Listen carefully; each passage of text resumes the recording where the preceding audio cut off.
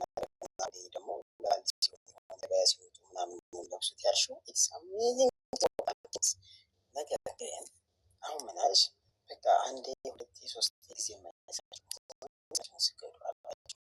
ሰላቱን አይሰግድም። እሷስ እንዴት ተስተካከል? ሰላቱን አይሰግድም። እሱም እኮ አንጀቷ ሆኗል በሆነ ነገር አንቺ ባነሳሽው መንገድ ማለት ነው።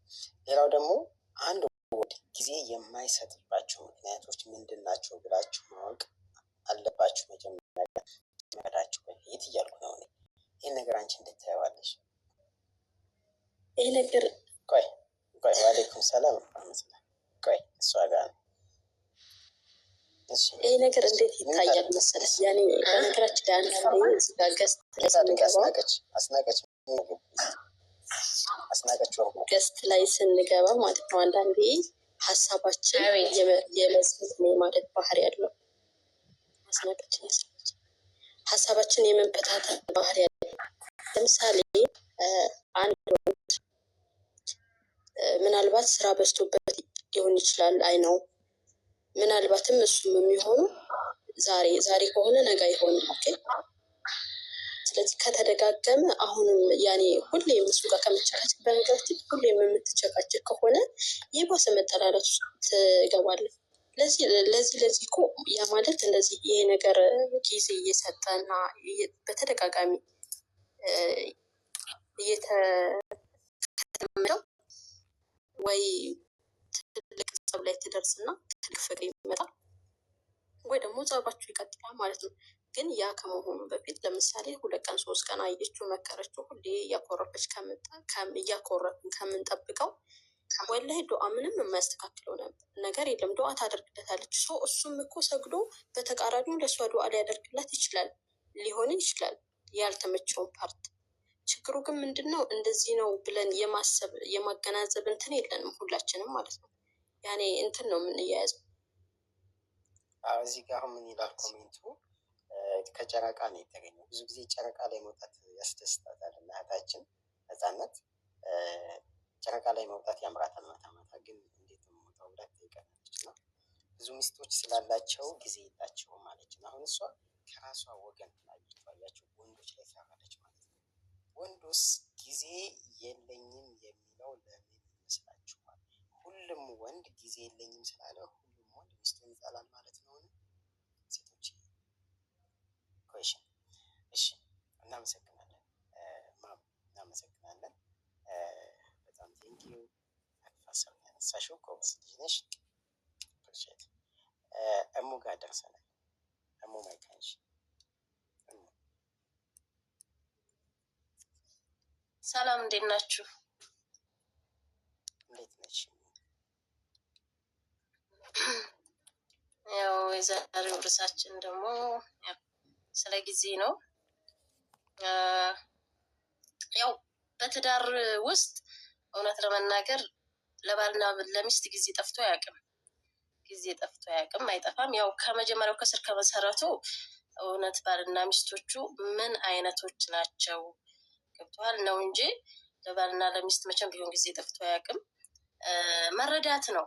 ገብተዋል። እኔ በእያንዳንዱ ነገር ስራ እኔን አክብሮ ስራ ሲሰራ ቤቱን ሲያስተዳድር እያንዳንዱ ነገር ወጣ ገባ ደፋ ቀና ሲል ለእኔ ያ ጊዜ የሰጠኝ ነው ብዬ ነው የማስበው። ዋናው ትልቁ ነገር እሱ ነው። ይህችን ቁርራጯን ጊዜ አላስባትም እኔ ትዳር ላይ። እውነት ትክክለኛ ትዳር ሲሪየስ የሆነ ትዳር ከሆነ ባልና ሚስት በጣም ተናቦ ነው የሚኖረው። ይችን ታውቃለህ፣ ይችን ትንሿን ጊዜ አያስብም፣ ትልቁን ጊዜ ነው የሚያስበው። መቼም ቢሆን ጊዜ አይጠፋም።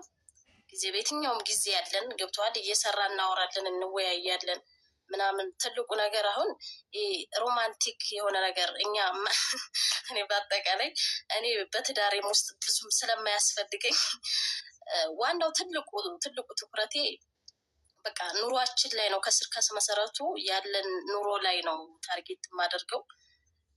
ትክክለኛ ትዳር ውስጥ ይሄ አያጨቃጭቅም። እውነት ለማናገር በየትኛውም ክፍተት ጊዜ ያለው ብዬ ነው የማምነው። ገብቶሃል?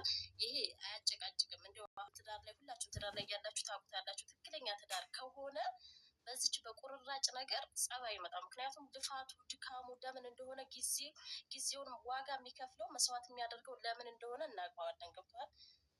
እንደው ምናልባት የእሱ የእሱ እንደው ሊያሳስበን ሁላ ይችላል የእሱ ቢዚ መሆን ወይም ደግሞ የእኔ ቢዚ መሆን እንጂ እንድች ቁርራጯ ነገር ታስቸግረናለች ብዬ አላምንም ትዳራችን ላይ እና እኔ አሁን በራሴ ባለትዳር ነኝ። በየትኛውም ሰዓት ለእኔ ጊዜ አጥቶ አያውቅም። በቃ እኔም ለሱ ጊዜ አጥቼ አላውቅም።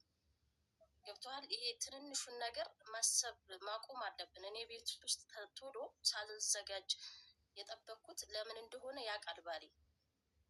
ገብቶሃል? እሱ ደግሞ ለእኔ ጊዜ ያልሰጠበትን መንገድ አውቀዋለሁ። ስለ ራሴ ነው። ገብቶሃል? እሱን ነገር ስለምንተዋወቅ አያስቸግርም። ግን እንደው አንዳንድ ሰዎች ጊዜ እንዲሰጣቸው ከተፈለገ ያው ግዴታ ከሆነ ጊዜ እኛ ነን የምንደሰትበት። ለባላችን ጊዜ እኛ ለባላችን ጊዜ በምንሰጥ ሰዓት እኛ ነን የምንደሰተው። ምክንያቱም በቃ ተሽሞንሞነንም ተበጃጅተንም ስንጠብቅ እኛ ነን ከሱ ቀድሞ ጥሩ ስሜት የሚሰማን። ያው በፍላጎት ጊዜ ካለን እንደው ማለት እሱም ለእኔ ሲጀመር እኮ ጊዜ አጣም። በቃ ባል እኛ በምንፈልገው መንገድ ከሆንለት ገብቷል። ሁሌ ነገር ከሌለበት፣ ብስጭት ከሌለበት፣ ጭቅጭቅ ከሌለበት ባል በየትኛውም ጊዜ ለሚስቱ ጊዜ ያለው ስራ እየሰራ ራሱ ይተወዋል። በቃ እና እኛ ራሳችን ላይ መስራት ነው ያለብን። ይሄ ሮማንቲክ የሆነ ስታይል እኔ አይመቸኝም። በጥቅሉ ኢትዮጵያዊ ባል ነው የምወደው። ገብቶሃል? የሆነ በቃ ሲሪየስ የሆነ ህይወት ደስ ይለኛል እውነት ለመናገር ገብቶሃል? እኔ ብቻ እንደዛ ነው ሀሳቤ። ባል ትክክለኛ ባል ልክ የአባታችን ምትክ ገብቷል። ኑሮው ላይ ሲሪየስ የሆነ ባል ደስ ይለኛል። ይችን ቁርራጯን ነገር ደግሞ የምታስደስት ከሆነች እኔ ከሱ እኔ ስለሚያስደስተኝ ብናደርገው ችግር የለውም። ግን ይሄ ጊዜ አልሰጠኝም ምናምን ጊዜ አልሰጠኝም መባል ብሎ ሊያጨቃጭቃን የሚችለው በእሷ ላይ ጋብታ ካለው በቤቱ ጋብታ ካለው ገብቶሃል። ቤት ሂጄ ከማመሽ ጓደኞቼ ጋር ባመሽ ይሻለኛል እጭ ምናምን አይነት ነገር ንቄት ካለበት ምናምን ነው እንጂ እኛ ህይወታችን ላይ ሲሪየስ እየኖረ ከሆነ ትዳሩን እየመራ ከሆነ ቤቱን እያስተካከለ ከሆነ እኔ በየትኛውም ሰዓት ባሌ ጊዜ ያለው በቃ ለእኔ ገብቶሃል። እኔ ከምኑ አለ እኔ ባሌ ስራ ላይ አሁን ላይ በዚህ ሰዓት ስራ ላይ ተጥሎ በቃ ለቤቱ ደፋ ቀና እያለ በቃ ከኔ ጋር መጥቶ እኔ ጋር እዛ አልተቀመጠም ይሄ ጊዜ አልሰጠኝም ልለው አልችልም። እንዲያውም የበለጠ ጊዜ ሰጥቶኛል ብዬ ነው የማስበው። ስለዚህ እኔ ትዳር ላይ ምንም አይከብድም። ጌታኔ ሁሌ እላለሁ ትዳር ላይ ከመሰረቱ ሰዎች ከተግባቡ እኛ ከተግባባን የማንረዳበት ነገር የለም። በቃ በጣም ቀላል ነው፣ ሲምፕል ነው ትዳር ታውቃለህ። ከተግባባህ የትን ቁርራጩ ነገር ምንም አይታይም። እና ያው አላህ ሁሉም ነገር አላህ ያቅናልን። ያው ጊዜ ለማይሰጡት ሚስቱ ሴቶችም ወንዶችን ለማስደሰት የምናደርገው ነገር ወንዶችን ሳይሆን እኛ ነን የምንደሰትበት። ይሄን ለማለት ነው። በጣም ጥሩ እይታ ነው። ያው በራስሽ መንገድ